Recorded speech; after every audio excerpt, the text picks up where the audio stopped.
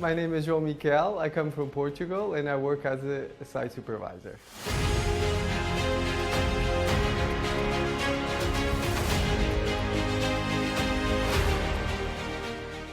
I started working in Portugal as a landscape architect, but mostly office, mostly design, which was, I always found it a bit boring. Also, the opportunities in Portugal were, there wasn't a lot of job offers for this kind of work. So I was forced to move to South Africa and trying to, make a life for myself.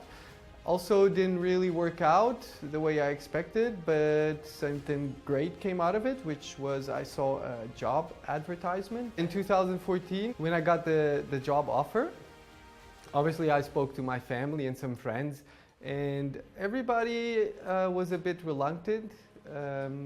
Everybody was, I guess they didn't know the country very well, they didn't know the people.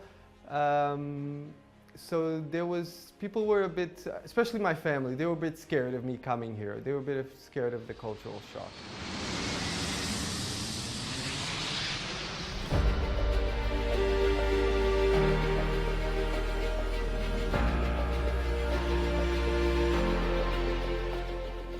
Once I arrived, it was really great because I was working on site. I work here as a site supervisor and it's very practical. And for me, it's a good change from the office to move from something very theoretical that is on paper that you don't see anything and to see it actually being built. It's really interesting. You learn a lot and it's also a lot more interactive with with the laborers and all the engineers, big teams. I mean, the projects here are huge, so there's not a dull moment at work. One of the things I enjoy a lot about my work, and it's very rewarding, is the chance to work and collaborate with the local engineers and the local laborers. And it's just the healthy exchange of ideas, how we can support each other, how we can learn from each other. And yeah, I'm really happy when I'm able to pass on some information. You get a lot of young people who are starting and they want to learn, they're keen to learn, and I'm always keen to teach. So it's very rewarding when you get to pass on some of this knowledge. My motivation to keep working and to wake up every morning is, once the end product is done and seeing people using it and enjoying themselves, yeah, it's very rewarding to see all the hard work that we put in, bear fruits, and I guess that's it. Yeah, just people enjoying what you've built.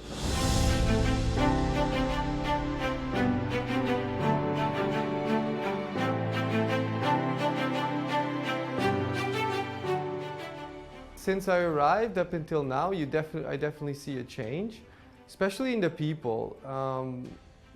Before, you didn't really see a lot of people outside. It was certain areas were a bit of a ghost town, and nowadays you go out and it's just so vibrant. Everybody is, doing their thing.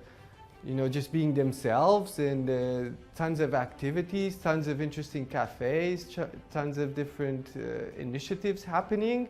So it's great to see that change, and it's been a privilege to witness that.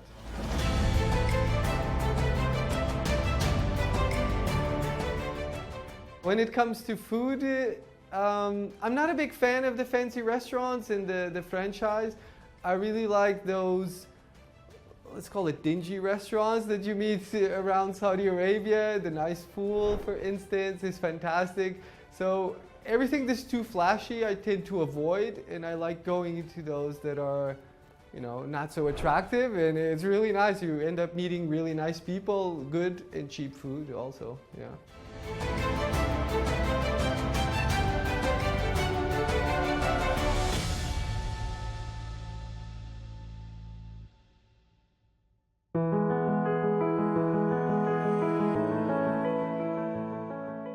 My name is Feng Li. I grew up in Canada. I was born in Vietnam with Chinese background. I trained as a nurse and I worked in critical care for over 15 years.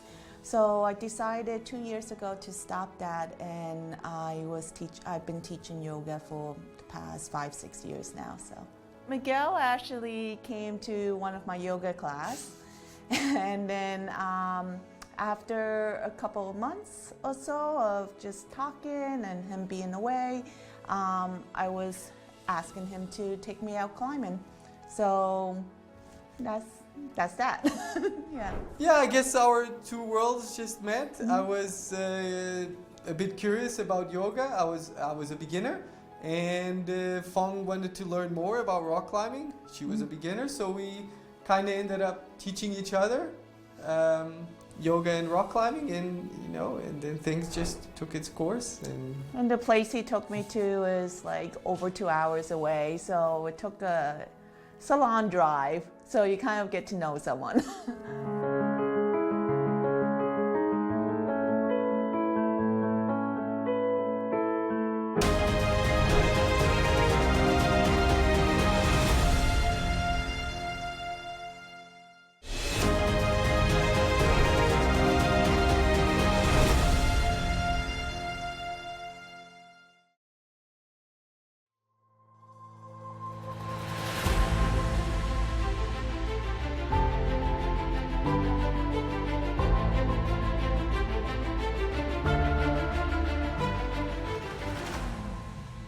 Come on. Oppa! Yeah. Nice. Go Good. for it. Where's my foot? There. Big one. All Boom. right. Match it. Done. Nice. Outside of work, I'm very passionate about rock climbing. It's something that I've been practicing for 20 years. It helps me stay in balance. It helps me relieve from stress. It puts me in contact with the outside world, with nature mostly, and while at the same time exercising. So it's really healthy. I got into rock climbing when I was in my 24s. I was sitting in the beach waiting, and I looked back and there were some people just climbing on rocks, and immediately that clicked with me. I said, yeah, that's what I want to do. You get more out of it if you start training in an indoor gym, because in these type of facilities you have trained people that can that can guide you and teach you not just the safety but also how to climb efficiently.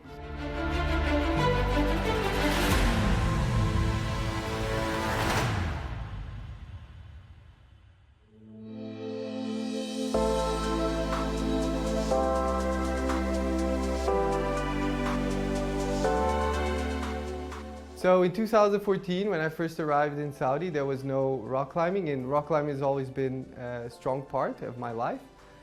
Without it, I go a bit out of balance. So it was hard in the beginning not having that. But after 6 or 5 years of looking for rocks to climb, eventually I found a spot with the help of a local person. One of the most fantastic places I've been was a place called Tenuma, down south in the Asir region. Fantastic rock climbing, fantastic mountains. That place was really surprising because up until then, I guess when you think about Saudi Arabia, you think of desert. And when you go down there, you see the luscious green and the granite mountains, and yeah, it really blew my mind. I traveled up to Neom. Very contrasting landscape, by the way. It's more sandstone, all those sand mounds, I don't know how to describe those sand domes. Yeah, they make for very interesting landscapes. Taif also, I've been there. There's also a nice rock climbing spot there. And another place that really blew my mind was the Red Sea, up close to Tabuk. We had a chance to spend some time there, and it's precious. It's really great. We love it. One time that I went to the desert, trying to explore for new climbing areas, and my car broke down. I didn't have a signal on my phone, so I was in a difficult situation. I just packed all my water, started walking in the desert, and I ran into this local guy who offered to help immediately. He didn't even blink. He came, he fixed my car, and drove me to to his local farm and introduced me to his friends. We spent the day there. He gave me lunch, gave me water. He kind of saved me. After that, because he saw how passionate I was about rock climbing, he offered to drive me around and to show the cliffs. And that's where we found one of the main cliffs close to Riyadh, which is called Wadi Al Ajo. And yeah, I remember during the time that we spent together, he kept referring to me as his Ajo, which I later found out that means brother. And that's the reason why I named that place Wadi Al Ajo. I named it after him because of his generosity.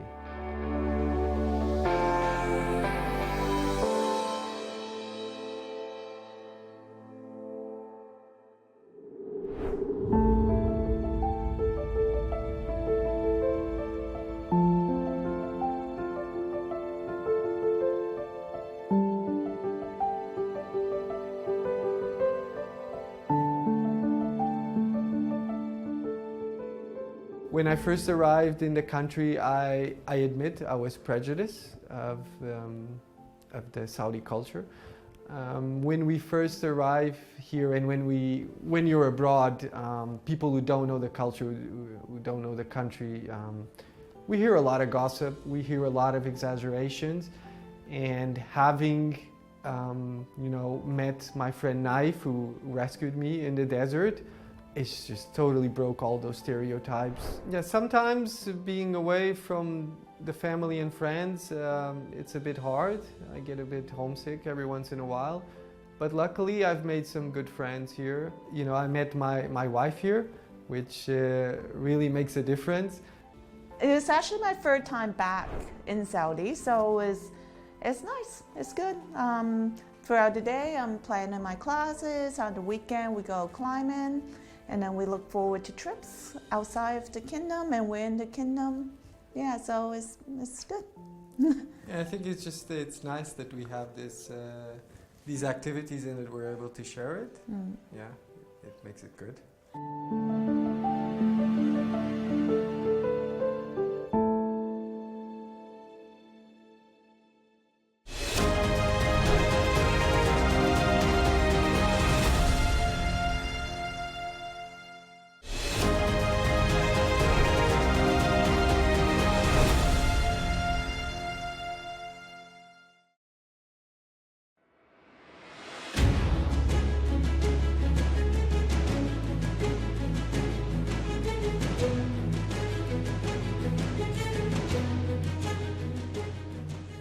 So today we went to Treasure Island, which is close to Riyadh. We don't have to drive 2-3 hours to get there.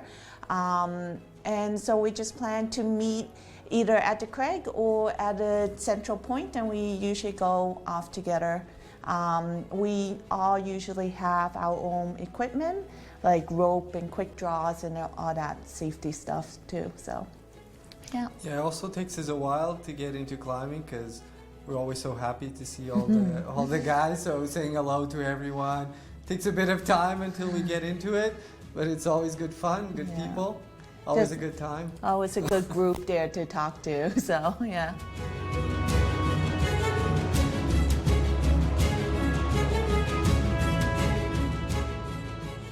I played a little part in the rock climbing scene in Riyadh, which is very rewarding for me. And it's great to see, you know, these guys, when we first met, like they really didn't know what they were doing. So I always try to take time to teach them some, not just some safety tips, but also how to improve their climbing, how to stay calm, how to be more efficient, things like that. So it's really rewarding to see throughout the years how they've evolved. I think in Saudi Arabia, this is, especially in Riyadh, the community is, you know, it's slowly growing, and more we see new people coming, and it's hard to pass on this knowledge without the gyms. And I think if you have a rock climbing gym, then you will have a hub, you will have a central point. And keep in mind that rock climbing is more than a sport, it's a community and a lifestyle. And I know I've seen it, like people, once they get into it, they get the feel for it and they get addicted. And I've seen it how also it changes people's lives, how people start being a bit more fit, they start looking after themselves a bit more, they start organizing their lives so that they keep the weekends to go rock climbing. And it's really interesting. It's also an activity that can bring the whole family together. So even though it feels like an individual sport, it's not. You have your climbing partner always with you, and you always go to these remote locations, which are excellent for camping and spending some quality family time. Having assistance in case of an accident, you know, this applies more to alpinism, when you go on high altitude and you're really far away from anything. Rock climbing nowadays, the way we do it, we don't go to high altitudes. We don't go very far. Some of the crags are relatively close. Also, the gear has improved a lot, and when it's done with the proper training, it's actually a very safe activity. As long as you do it safely and with the proper training, using the proper equipment, you'll be fine. Yeah, so if you're venturing into outdoor sports, you definitely should try and be respectful of the environment, leaving no garbage and taking into consideration the leave no trace principles. Because just imagine this, if we all start going to the same crag, 20 people spending the whole day there, what do you think is going to happen? And Europe is full of these bad examples, and this is something that I try to encourage because you have a fresh community growing here. So I really try to share these bad experiences that I've seen in Europe and hopefully not do them here.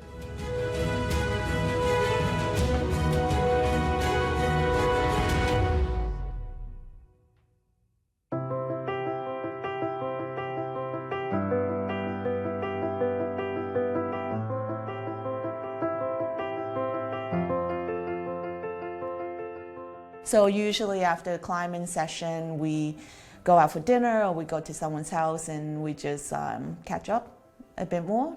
Yeah. Yeah, it's great because I mean, these guys, the community became our closest friends because we end up spending all our weekends with them. We don't have time to see them during the week, so it's really nice to have a chance to catch up with them after climbing. It's super nice.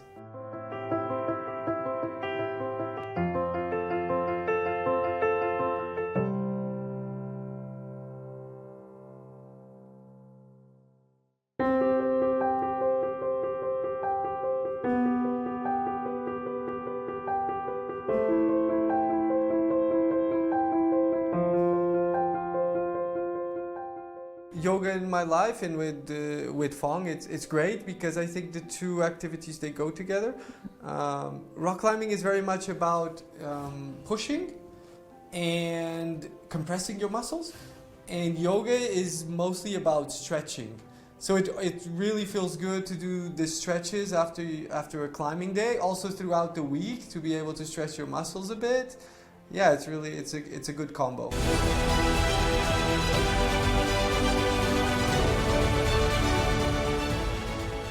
Olá malta, isto aqui na Arábia Saudita é porreiro, ainda há muito por explorar.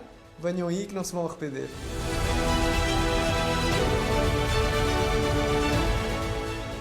大家你好，快樂係自己揾出嚟嘅。